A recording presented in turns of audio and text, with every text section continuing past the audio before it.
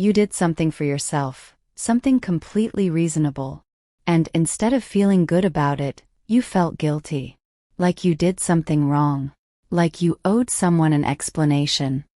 Why does that happen? Maybe you said no to a favor, took a day off, or simply put your needs first. And right after that feeling crept in. I shouldn't have done that. But here's what's strange. You didn't hurt anyone. You didn't lie. You didn't cheat. You just chose yourself.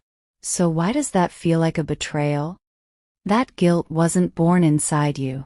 It was built into you slowly over years. And today we're going to talk about exactly how and why it still runs your life. Part 1. You were taught that love is earned. For a lot of people, this starts in childhood. Not with one big event, but with a pattern. When you were helpful or easy to deal with, people around you were warm. When you had needs or caused inconvenience, things got cold. Sometimes it was just a look, a sigh, or a silence. But children are wired to detect these signals. And the conclusion they draw is simple. My needs are a problem.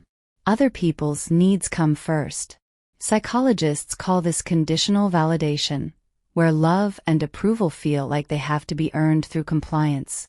You carry that belief into adulthood without realizing it, and it quietly shapes every decision you make. Saying yes to yourself starts to feel dangerous, because somewhere deep down, you still fear warmth to be taken away. Part 2. Your identity became the problem. A lot of the guilt isn't really about the other person. It's about who you think you are. If your identity is built around being the caring one and the reliable one, then choosing yourself feels like a threat to that image. In psychology, this is called ego threat. Your sense of self is on the line. And when that happens, the guilt isn't a moral sign. It's your brain protecting your identity by keeping the story consistent. But that story has a terrible ending. Because if your worth depends on always giving, there's no finish line. There will always be someone else to help. And there will always be a reason to wait your turn. Part 3. Sometimes the guilt isn't even yours.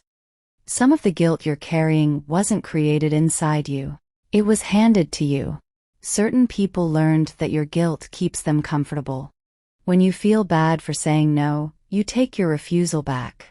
When you feel selfish for having needs, you stop expressing them.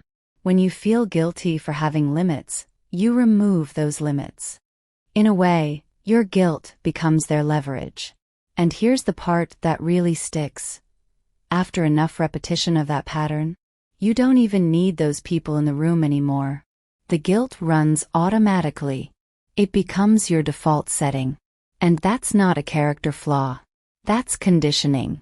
The behavior was reinforced so many times that it became invisible. Part 4.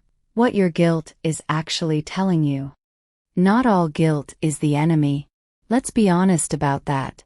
Healthy guilt shows up when you genuinely cause harm, when you break trust, act unfairly, or go against your values.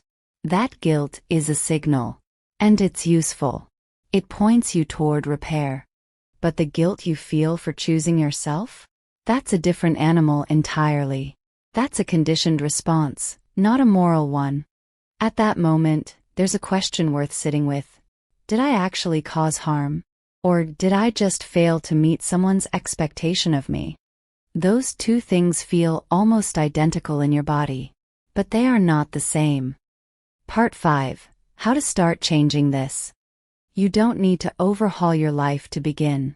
Start with one small thing. Say no to something this week. Something you'd normally agree to just to avoid the discomfort. Not out of anger, just as practice. The guilt will come. Don't run from it, and don't obey it either. Just let it be there and watch it.